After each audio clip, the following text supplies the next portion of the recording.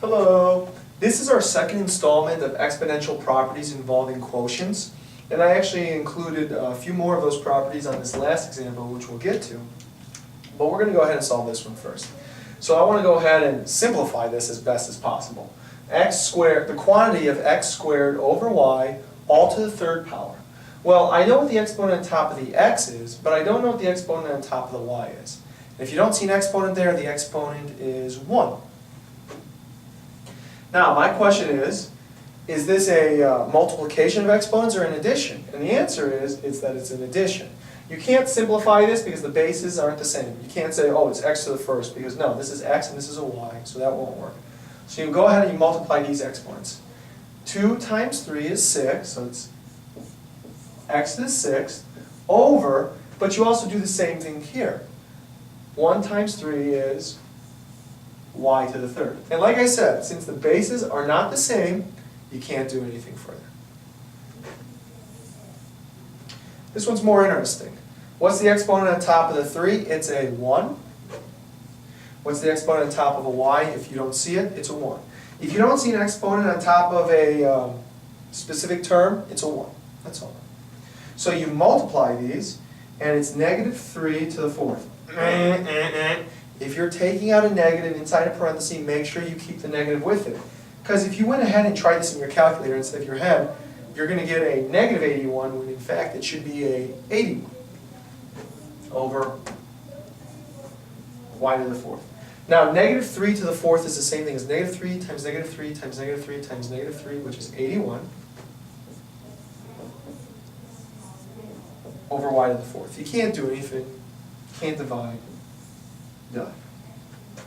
Last one, which involves more aspects, is pretty cool. If you don't see an exponent on top of any particular coefficient or variable, put an exponent of 1. So I've got 2x over 3y, in quantity, mind you, all to the third power, times the quantity of x, y to the fifth over 16. Now, when I'm multiplying exponents, make sure you know what you have to multiply. What's the exponent on top of the 2, even though you don't see it? It's a 1. I don't know if I could see that from here. What's the exponent on top of the x? It's a 1. What's the exponent on top of the 3? It's a 1. The exponent on top of the y is a 1. See, this one's easy. Well, that's a 5. But you don't have an exponent on top of any of those, so you have to give it a 1. So you multiply these. This is 2 to the third, x to the third, over 3 to the third, y to the third. Ooh, I took care of everything in that quantity, or everything in that parentheses. Now it's multiplied by, there's no exponent outside here, so I can drop the parentheses like a bad habit. X, by the way, that's x to the first, y to the fifth, over 16. Now, there's a couple ways you could do it from here. I would advise you just to do it probably this way. It's probably the best way. 2 to the third is not 6, it's 8. X to the third times x to the first is x to the fourth. And I got y to the fifth left over.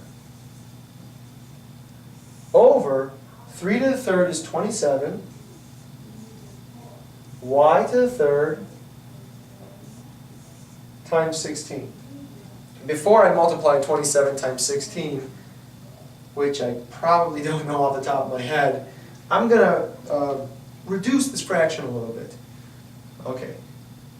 8 and 16. What number goes both into 8 and 16? People are saying, well, it's a 1. Okay.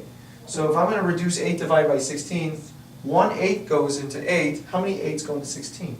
2. So I'm going to go ahead and reduce that first, and it's crucial that you do that.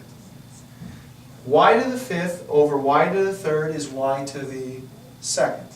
So here's what I got. I got 1, x to the fourth, y to the fifth divided by y to the third is y to the second.